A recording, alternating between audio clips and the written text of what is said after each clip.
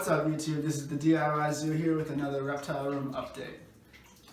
Some news first. I moved into a new apartment which has a lot more room. I have one room that's specifically for reptiles as opposed to having them scattered all throughout my tiny one-bedroom apartment. And I got a few more animals. This is Angie the bearded dragon. She was actually my first animal, so I think I did a video on her already. Definitely did one, yeah. She's doing good. Gotten a little bit bigger. And a little bit cuter. So let's get started. The lizard king sits on a throne of exoskeletons. The lizard king sits on a throne of exoskeletons. The lizard king sits on a throne of exoskeletons. My fire-bellied toads. I don't think anything's really changed with their tank since the last video. Got a filter in there, it's like a waterfall, I forget who makes it, Tetrafauna makes it. They're doing pretty good. I had 5, now I'm down to 4. Might get another one eventually, but maybe not. Let me see if I can find one.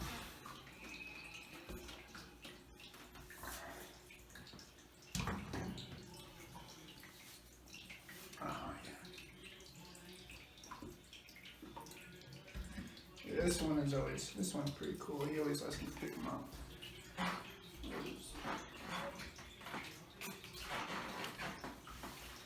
You want to get an aerial?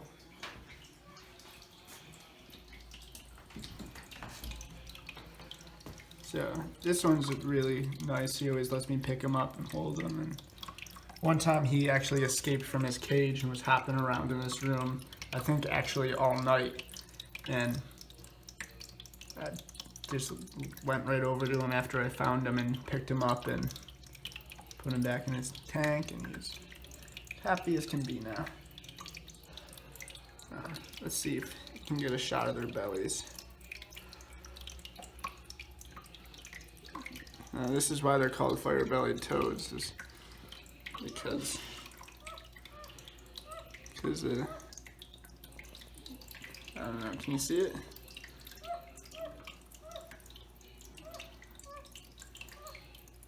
Because of that right there.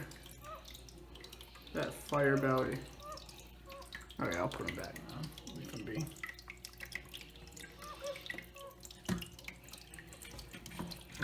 So they're doing pretty good. I had 2 young ones. The other young one is gone. Unfortunately, was lost. Okay, let's go. On to the next thing.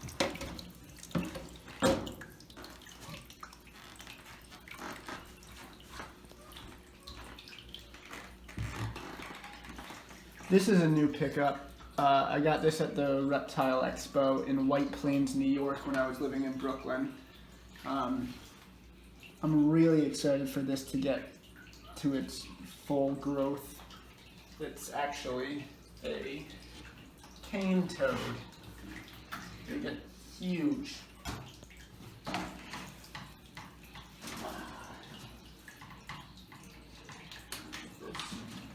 He is still, I'm pretty sure most cane toads in the pet trade are wild caught just because they are such an invasive problem in a lot of areas.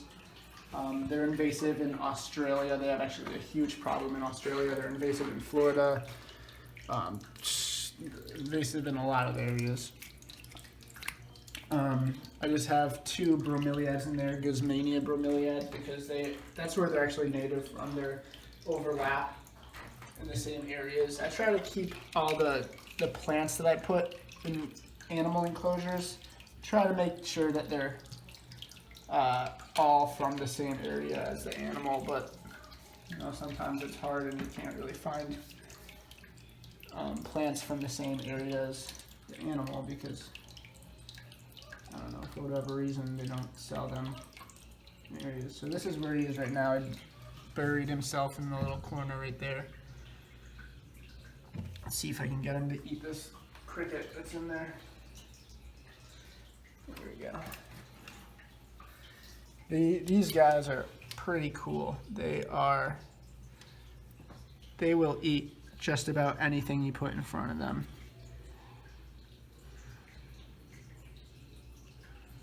He might not be hungry right now though, because I gave him a pretty big meal yesterday. Yeah. He's also, since they're wild caught, they take a lot longer to become comfortable with people. But once they learn where their food comes from, that you're their source of food, they become a little bit more willing to being held. This guy, I think, is just starting to become okay with being held. Let's see.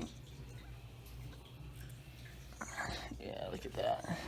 He still won't let me, if I try to like put my arms on his, like grab him all the way around, he still won't let me do that. And he'll shoot out pee, which is a defense mechanism. Their first defense mechanism is to just get away from whatever is attacking them.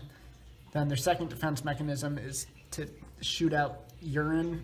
It's pretty gross smelling and it doesn't taste good. I wouldn't advise anyone to drink it. And then the third defense mechanism, I don't know, he's still pretty young, but if you see these bulges right behind their eyes, that is their poison glands, and that's their final defense mechanism. If they're like about to be eaten, they will secrete this milky white poison from their glands that can kill pretty large animals. So in the wild, not a lot of things will mess with these guys because they don't want to die.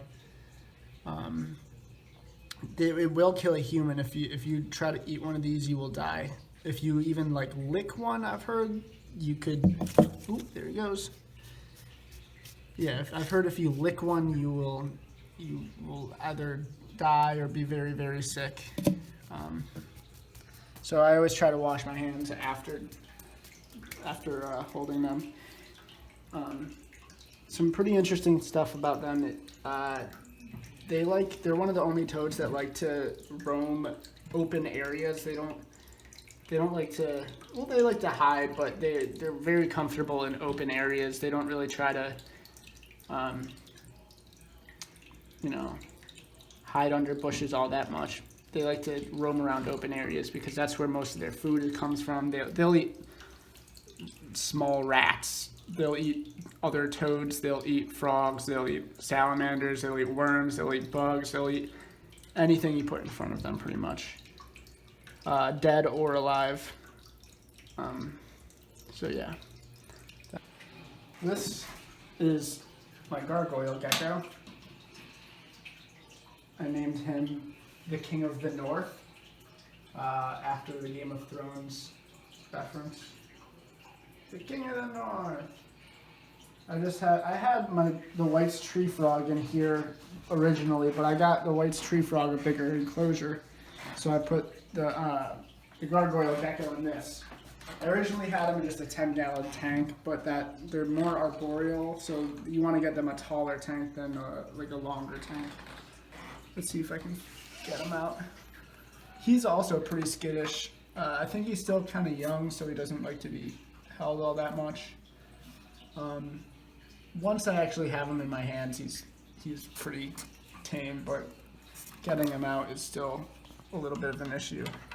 I use these just like poker things to,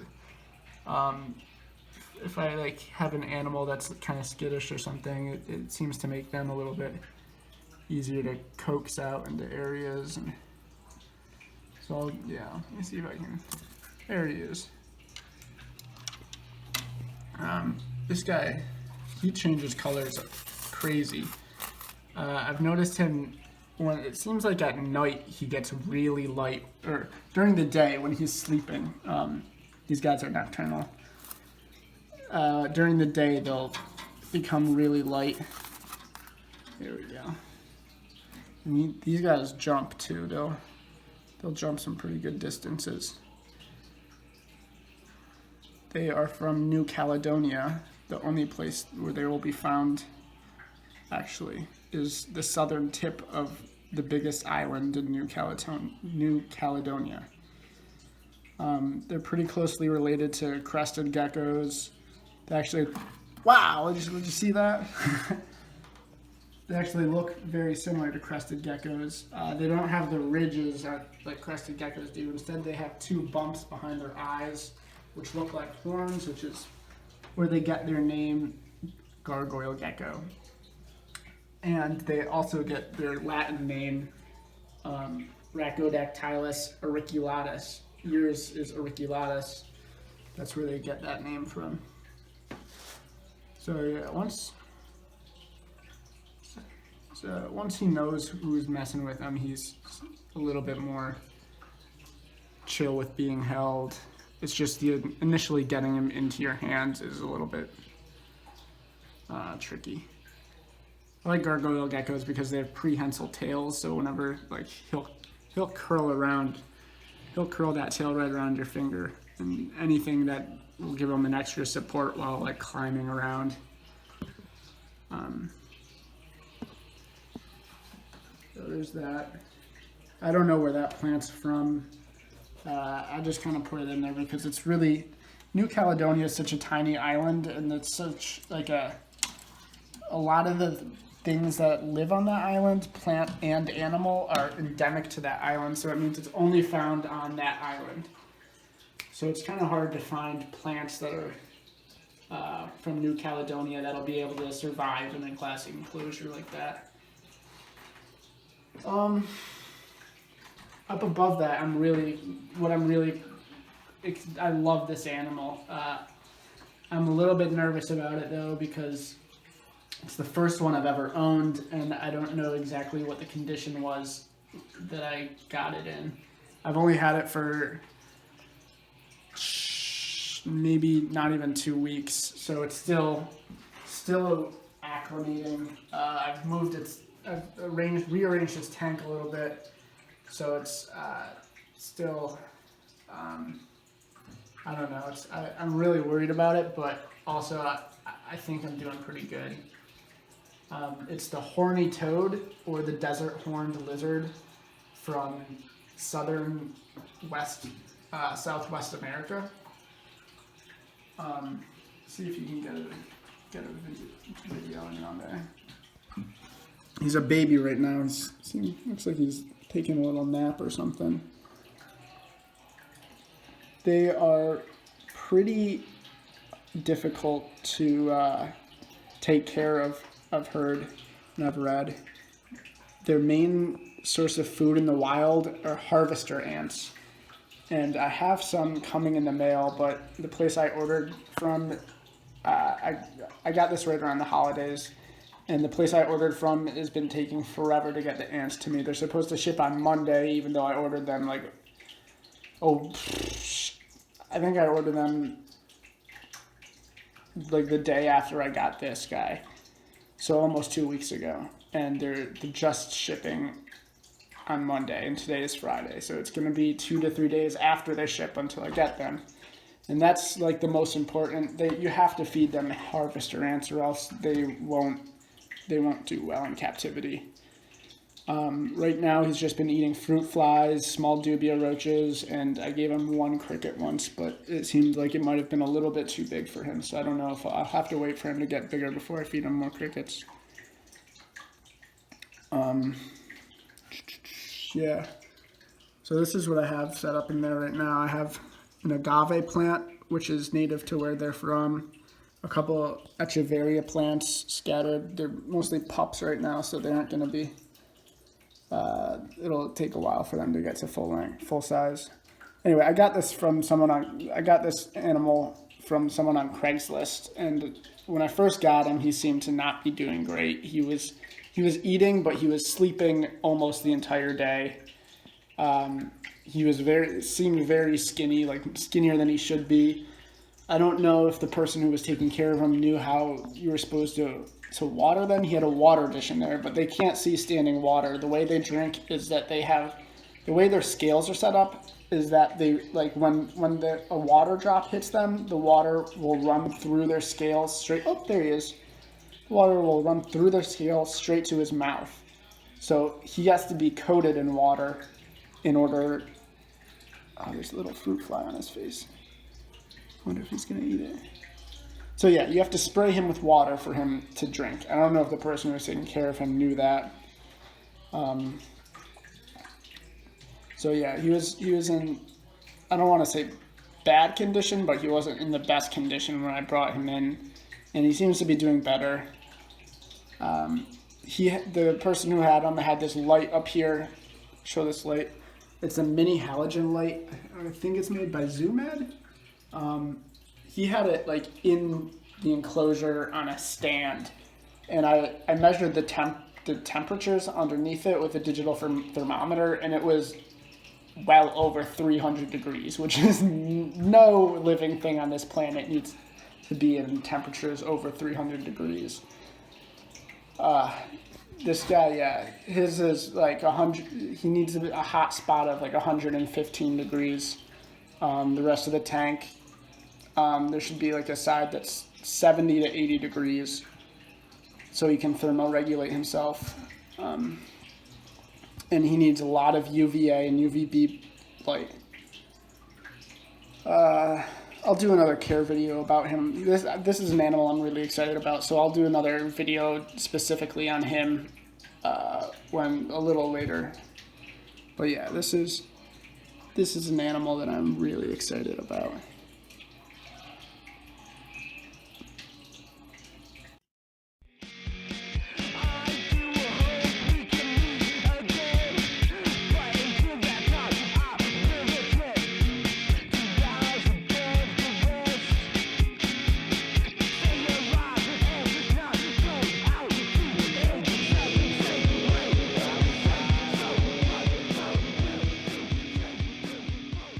This cage is my White's tree frog, which you guys saw a video of before. I'll just do a quick update.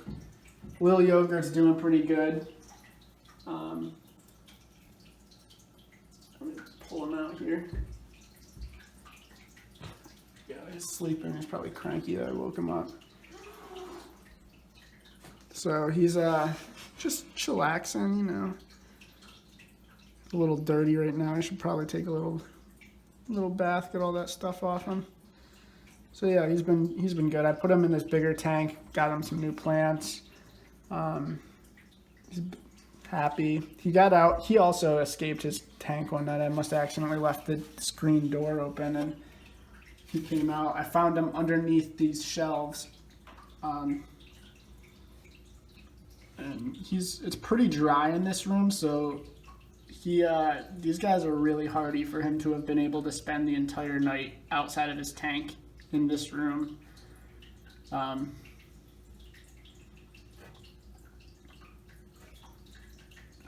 So yeah, he's doing good, getting fat, getting big.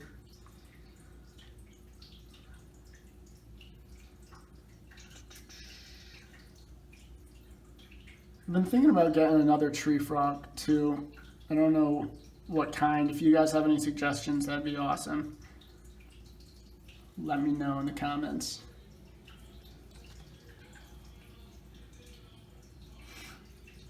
Maybe I'll include that picture of him taking a big dump.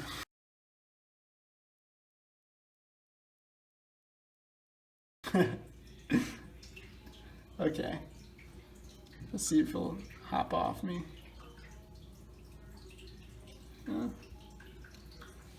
You want to sit in your plants?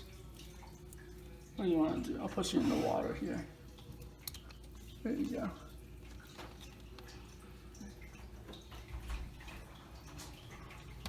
So I did a video of the leopard gecko unboxing.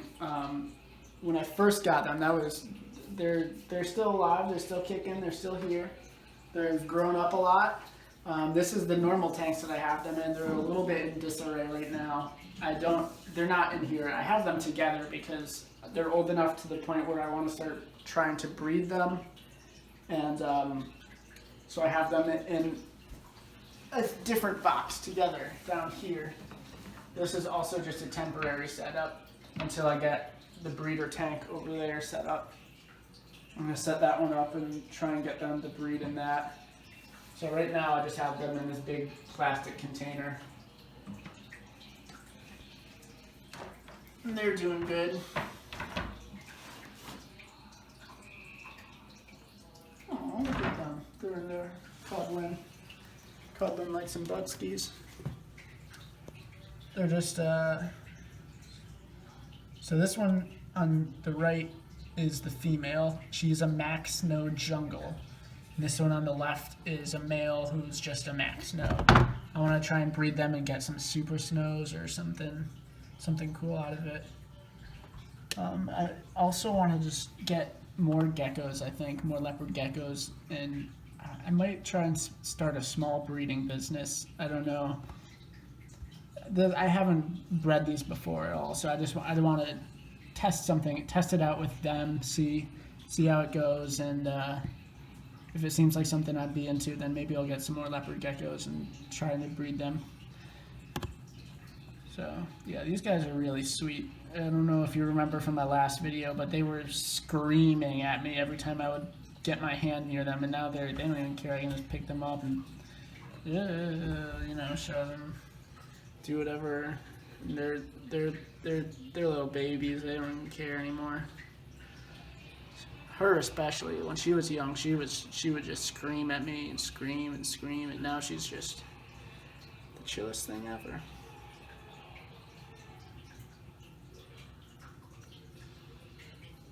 So they're doing good too. These guys, of course, are from the Middle East, like Pakistan, Afghanistan, maybe Iran, India even.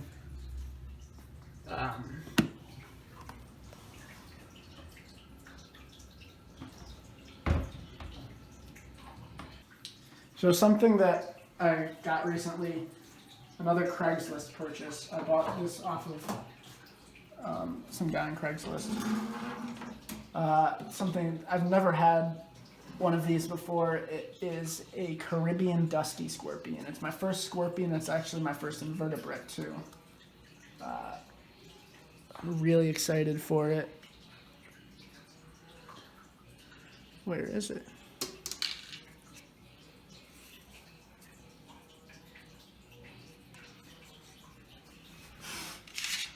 Let me see if I can find him in here. He might be under the dirt or something.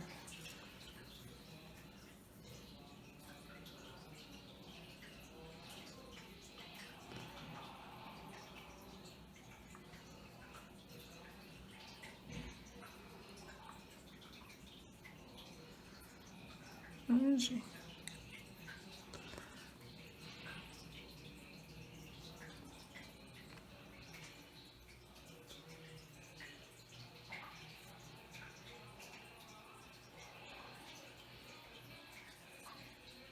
I don't see him.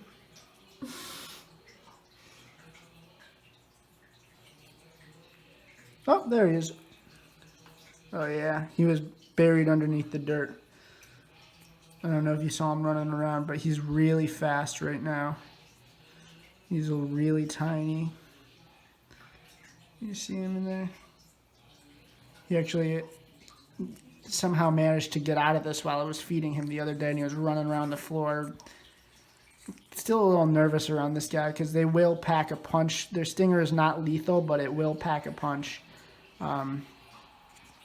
I've read varying reports that someone was fine within 2 days, and I've read reports that it took someone like a few weeks to recover, and their arm was numb and they were like sweaty, and so I don't know. But yeah, that's what he is right there. Pretty cool looking. It's Caribbean dusky scorpion. First insect I've owned, first invertebrate.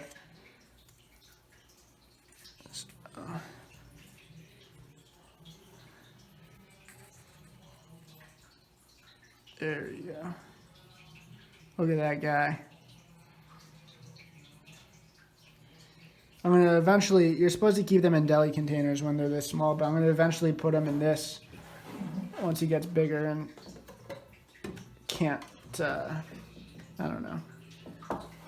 Once he's easier to locate. I can barely even find him in this, so.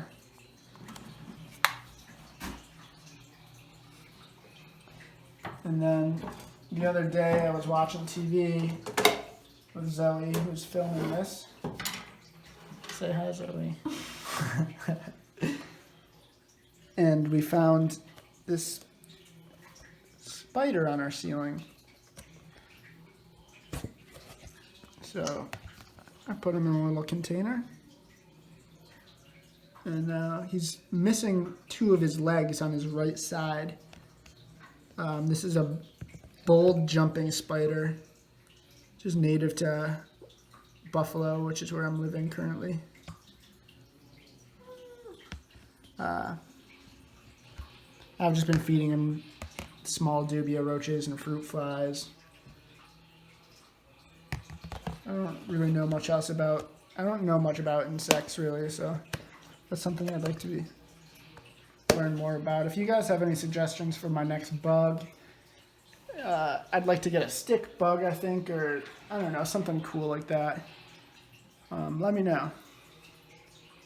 There he is, climbing in there. That's an old dubia roach. I think he's messing around with it right now, looking at it, seeing if there's any juices he can suck out left. Maybe I'll give him a fruit fly, see if he'll eat that.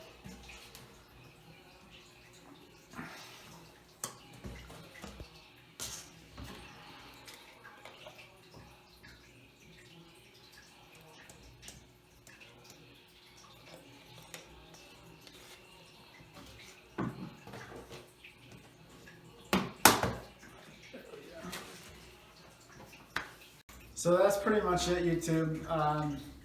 Let me know if you have any comments or questions. Leave a comment, and I'll get back to you. And like and share the video. And